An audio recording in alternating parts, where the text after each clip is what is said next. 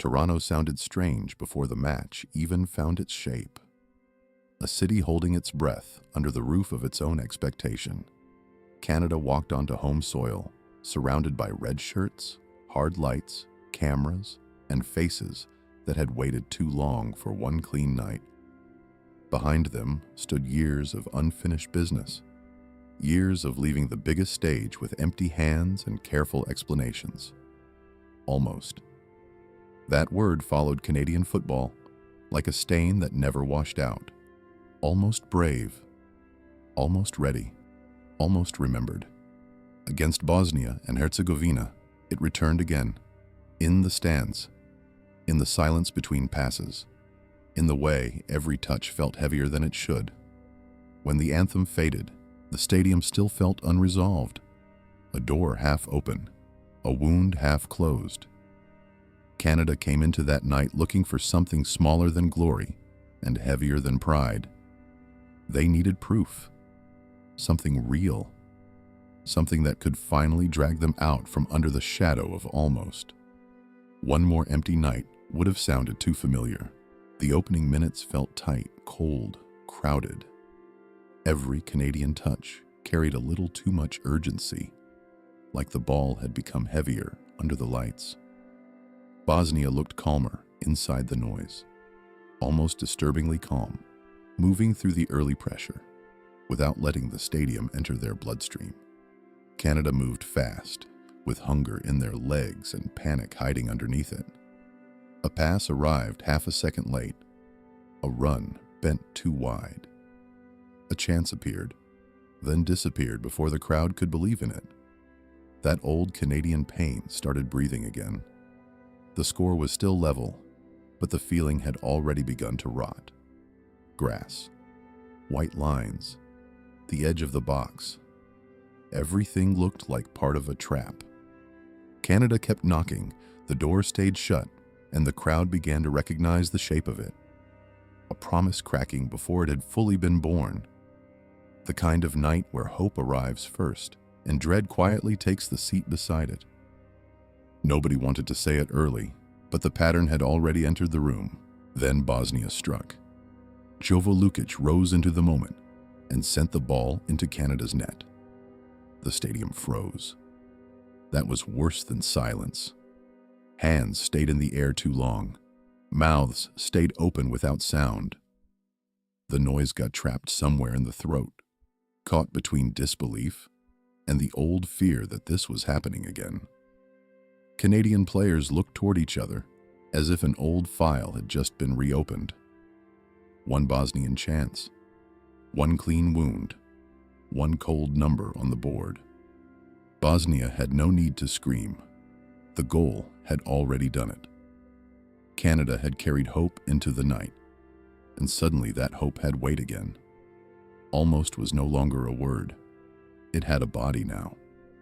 It stood inside the penalty area, wearing the shape of a goal. The crowd tried to return. The sound came back broken. That goal changed posture, changed breathing, changed the way a country heard its own team. The match was no longer young. It was haunted. From that moment, every Canadian touch sounded louder, as if the stadium had started listening for disaster. Canada pushed harder after the goal, faster, angrier. The match pushed back with a cold patience. The ball reached dangerous places and escaped without mercy, slipping away at the exact second belief started to rise. Jonathan David found space, then the finish slipped away. Richie Laryea drove forward, the stands rose, and the moment vanished. Tani Oluwase came close enough to make the stadium ache. Every missed chance carved the same line a little deeper. Canada were alive, close, too close. That was the poison. Close had followed them for years. Close had become a room with no exit. Bosnia defended with tired legs and stubborn eyes, clearing the ball like another lock turning in the dark. The night became a slow punishment. The ball never needed to miss by much. A few inches were enough. Enough to keep the wound open. enough to make the next chance feel haunted, enough to make the stadium fear its own hope. The cruel part was how normal it all looked. A shot, a save, a miss, a clearance, and then that same old ache returning. Alphonso Davies was missing from the picture. No easy face to hold up. No clean symbol for rescue. Canada had to find something rougher, something less beautiful, and more useful than inspiration. Endurance. The match dragged its nails across their nerves, and they kept moving through it. The crowd tried to lift them, but even the noise began to sound anxious, like the stadium was cheering and bracing for pain at the same time. Canada attacked with the hard stubbornness of a team refusing to disappear in its own house. Bosnia's lead turned the match into an emotional damage test. Canadian players ran through disappointment again and again. They collected it, swallowed it, turned it into one more sprint. The night had stopped asking for elegance. It wanted someone to reach into the dark and pull something out. Less noise, more hunger. A body in the right place. A finish with no apology. Something ugly enough to survive. This was the part of a tournament nobody puts on posters. The grind, the doubt.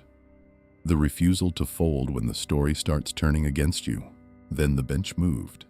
Sile Larin came on. The clock had turned cruel. The stadium was stuck somewhere between hope and surrender. That awful place where people keep shouting because silence would feel too much like acceptance. Larin brought no ceremony with him. He came looking for work. Canada needed no poetry in that moment. They needed timing, a touch without fear, a man willing to stand where the night was most crowded. After he entered, the air shifted by a few degrees. The ball moved sharper. Bosnia's defenders stayed upright, but something in their faces began to lag behind the play. Pressure had found a crack. The stadium sensed it before the goal. A small opening, too narrow for comfort, wide enough for belief. Larin stepped into it with instinct, the kind that does not ask the night for permission before cutting into it. The match had spent more than an hour punishing Canada for hoping. Larin walked into that punishment and refused to flinch. He looked like a man arriving late to a room that still needed saving. The 78th minute arrived and almost blinked.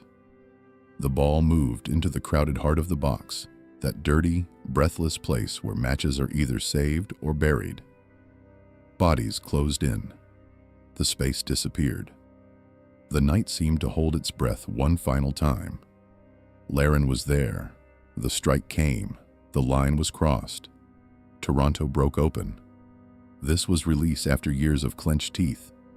Canada had scored at home. Canada had pulled the match level. That cursed word, the one that had followed them for decades, was hit hard enough to bleed. Larin had only been on the pitch for minutes, yet the goal felt older than the match. It carried 1986. It carried 2022.